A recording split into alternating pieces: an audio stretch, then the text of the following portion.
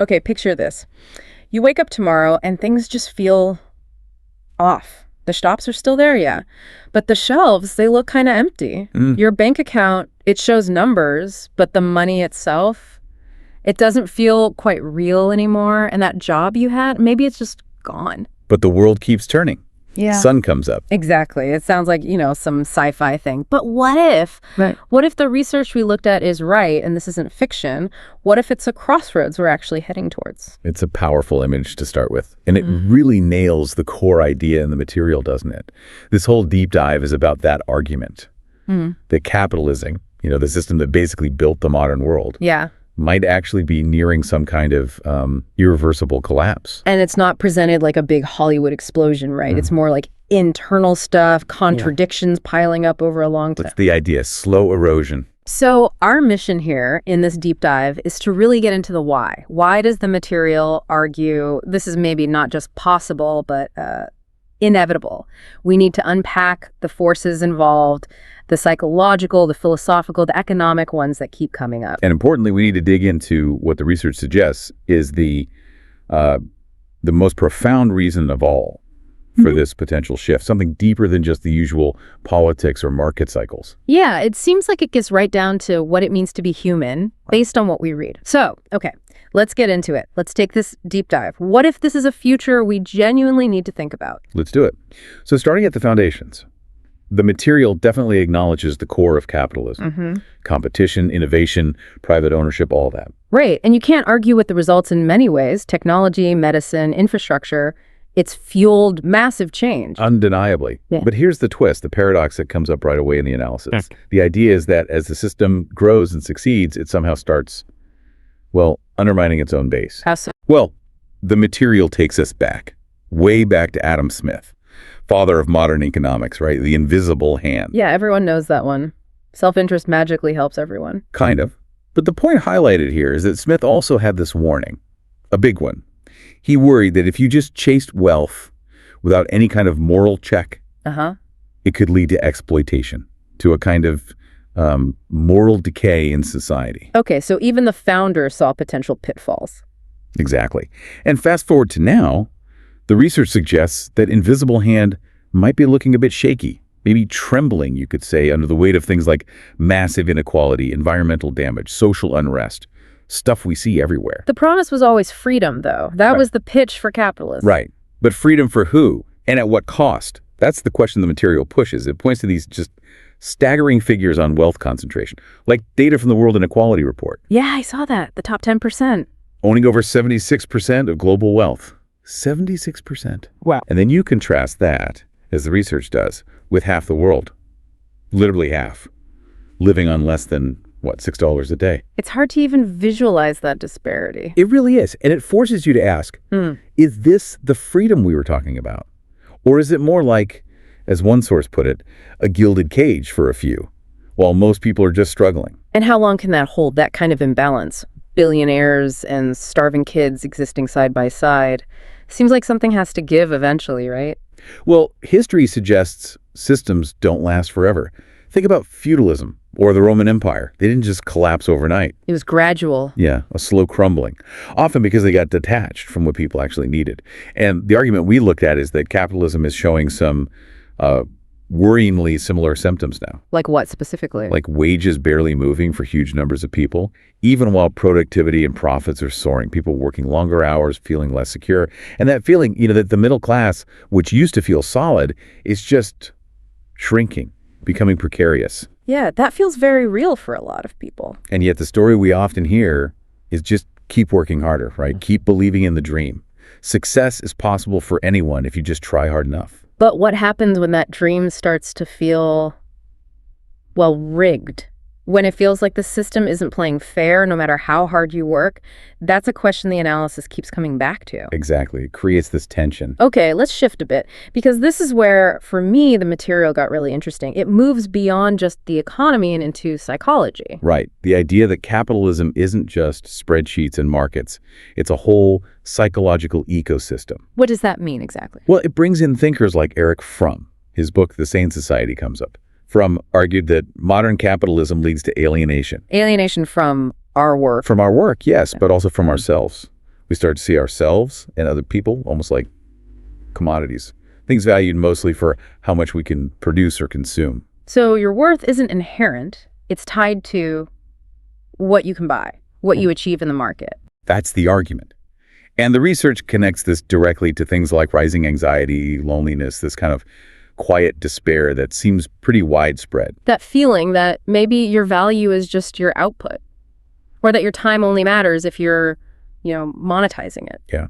The analysis suggests that's not just you being neurotic. It might be a direct result of living in a system that fundamentally values profit over, say, human connection or real purpose. And the system itself has gotten really good at playing on our desires, hasn't it? The material talks about Freud, his ideas about the unconscious. Right. And then his nephew, Edward Bernays, the father of modern PR and advertising. What was his insight? Bernays basically took Freud's ideas and realized you don't sell a product just by listing its features. You sell it by linking it to deeper emotions, to identity. Okay. So the car isn't just transport. It's power. It's freedom. Perfume isn't just a scent. It's love, desire. A brand becomes a badge, a way to say who you are or who you want to be. So buying things becomes like a ritual, a way to build an identity. Kind of. The marketplace becomes this weird mirror we keep looking into, hoping to see a reflection that tells us we're okay, we're successful, we're desirable. And here's the kicker, right? The system actually needs us to feel not quite good enough. That's a central point in the analysis. It thrives on dissatisfaction. It needs that little itch, that feeling of lack. You don't have enough, you aren't enough, because that's what keeps you chasing the next thing, the next purchase, the next achievement. If you're actually content, you stop playing the game. Exactly. So contentment can get framed as laziness. Yes. Simplicity looks like failure. Even just resting feels weak, unproductive. The material even brings in Carl Jung, his idea of the shadow self. Yeah, the parts of ourselves we don't like that we push down. And the argument is, instead of helping us look at that shadow, the culture pushes distraction. Buy something, watch something, scroll endlessly. But it doesn't really fix the underlying issue. No, because maybe the void isn't material. Maybe it's something deeper. Spiritual, existential, whatever you want to call it. And that void seems to be getting bigger. The research points to all the anxiety and despair, especially among younger people, even with all the digital connection and entertainment. It's a paradox, isn't it?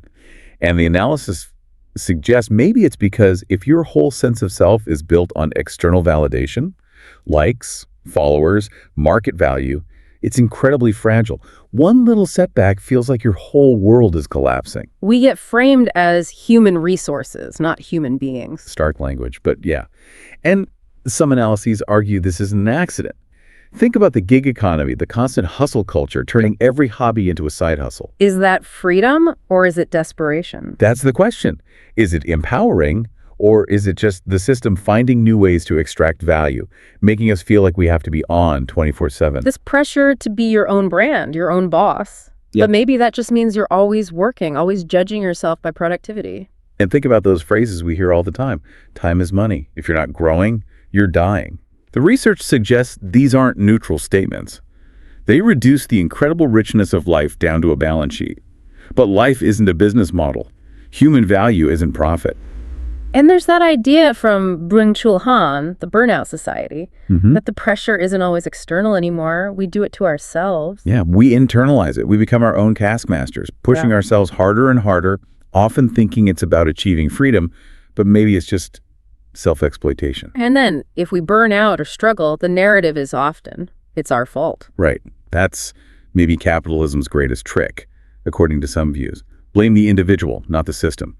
You failed because you didn't try hard enough or you made bad choices, not because the system itself might be inherently stressful or structured unfairly. But what if that's not the whole picture? What if the system is designed, maybe unintentionally, to keep us exhausted, running on that treadmill? Distracted enough not to organize, but dissatisfied enough to keep consuming? Those are the uncomfortable questions the material forces us to ask. And asking them, it suggests, is the first step towards maybe reclaiming some agency, towards imagining something else. Something beyond just accepting the way things are. Exactly.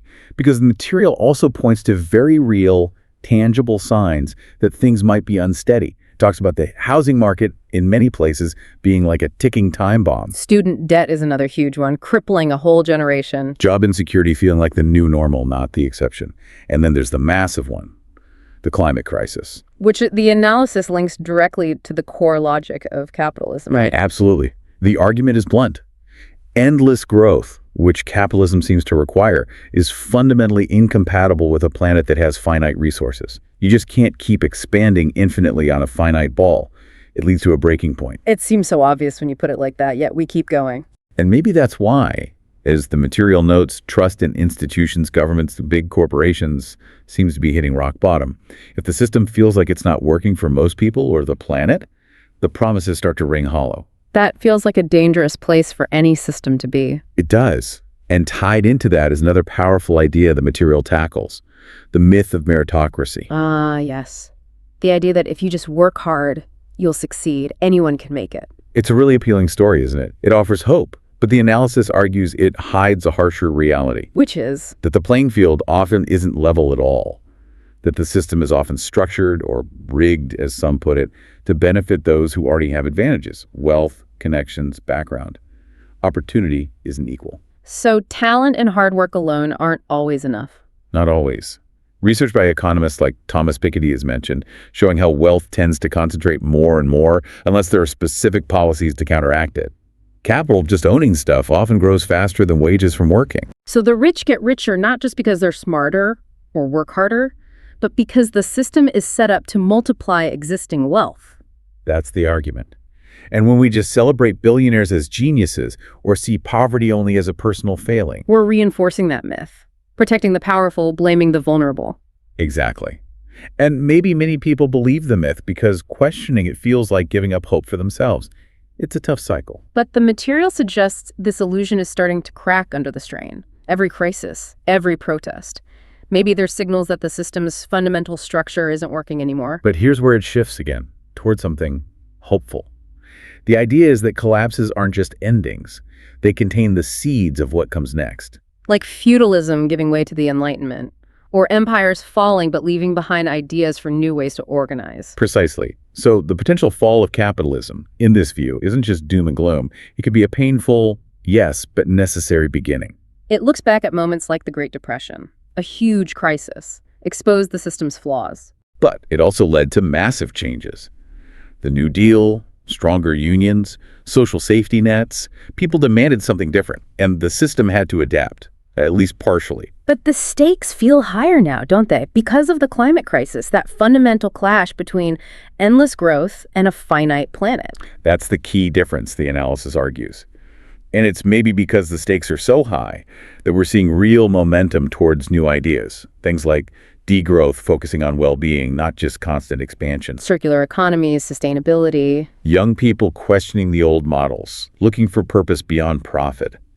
Even revisiting indigenous wisdom about living in balance. It feels less like fringe ideas now and more like necessary adaptations. There's that Buckminster Fuller quote the material uses. Oh yeah, the one about not fighting the existing reality. Right. To change something, build a new model that makes the existing model obsolete. That really captures the shift in thinking. It's not just about fixing the old machine. It's about designing something entirely new. So what could that look like? The material explores some possibilities. Things like universal basic income, UBI, giving everyone a basic safety net, especially with automation changing work. Worker cooperatives, where the workers actually own and run the company. Moving towards care economies, where things like teaching, nursing, community building, the stuff that holds society together, are actually valued and supported properly. Instead of being invisible or undervalued because they don't always generate maximum profit. And maybe the biggest shift, redefining value itself, moving beyond just money. What does that mean? Well, right now, a forest might seem more valuable cut down for timber than standing and providing clean air. A person's value is often judged by their earning potential. But what if we measured success differently? By well-being, connection, creativity, environmental health? Exactly. Like Bhutan, measuring gross national happiness instead of just GDP. Or local experiments with community land trusts, local currencies that stay within the community. Small scale, maybe, but pointing towards a different way. They're seen as vital experiments. Because fundamentally, the material argues, this isn't just about economics. It's about the stories we believe, the mythology. Capitalism survives because we believe its myths, Like competition is just human nature, greed is necessary. That's the idea. But then it brings in anthropology, like David Graeber's work, pointing out that for most of human history, societies were built on cooperation, mutual aid, sharing, not just markets and accumulation. So maybe we're actually wired for connection more than the system lets us believe. And maybe the breakdown we're seeing isn't just the mechanics failing, it's those old myths losing their grip. People waking up asking questions that used to seem impossible. Questions like, what's a truly good life? What's real wealth? Is it just money, or is it love, connection, creativity, belonging? What could life be like if our worth wasn't tied to our economic output? If communities focused on care, not competition? It's hard to even fully imagine sometimes. And that difficulty, the analysis suggests, shows how deep the current myths run. It uses that quote from Antonio Gramsci. The old world is dying, and the new world struggles to be born. Now is the time of monsters. That feeling of being in between. Seeing the old ways, clinging on, sometimes desperately, while feeling something new pushing through. It's tense, uncertain. But we can't stay there forever, right? Eventually, a choice seems necessary. Keep pouring energy into a system that many argue is failing us and the planet. Keep believing stories that feel empty. Or find the courage to build something new. And this potential collapse, then, isn't just destruction, it's transformation, like a cocoon breaking. Messy, scary maybe, but necessary for what comes next. Okay, so this leads to the biggest point, right? What the material calls the ultimate reason for this potential collapse. Yeah, and it argues it's not just the politics or the economics or even climate or inequality alone. Those are symptoms. The real driver is The human spirit itself, evolving. The idea is that our consciousness is expanding, our empathy is deepening, our questions about meaning are getting louder, and the current system just can't contain that anymore. Wow. So humanity is basically outgrowing the shell of capitalism. That's the powerful argument being made. The shell is cracking because what's inside is growing. Which brings us to the crucial question. Okay, so what do we do now? How do we live in this time of potential massive change? And the answer offered isn't just about big political action, though that's part of it. It starts closer to home, in our hearts, our relationships, our daily choices. It reframes the question away from what can one person do, which feels overwhelming. And asks instead, what are we willing to stop pretending we don't know? Oof, that hits differently. Because deep down, the material suggests we know. We know overconsumption is bad, yet we do it. We know debt can feel like slavery, yet we chase it. We know the constant hustle is exhausting, yet we praise it. We know things aren't working for everyone or the planet. We just avoid looking at it too closely. Often, yes. But this moment of potential breakdown, the analysis calls it a kind of gift. A painful one, maybe, but a gift. It strips away illusions, forces us to face what we've avoided. And that opens up A space. Maybe terrifying, but also sacred. A space where something new can actually be imagined and built. So practically speaking, what does that look like, according to these perspectives?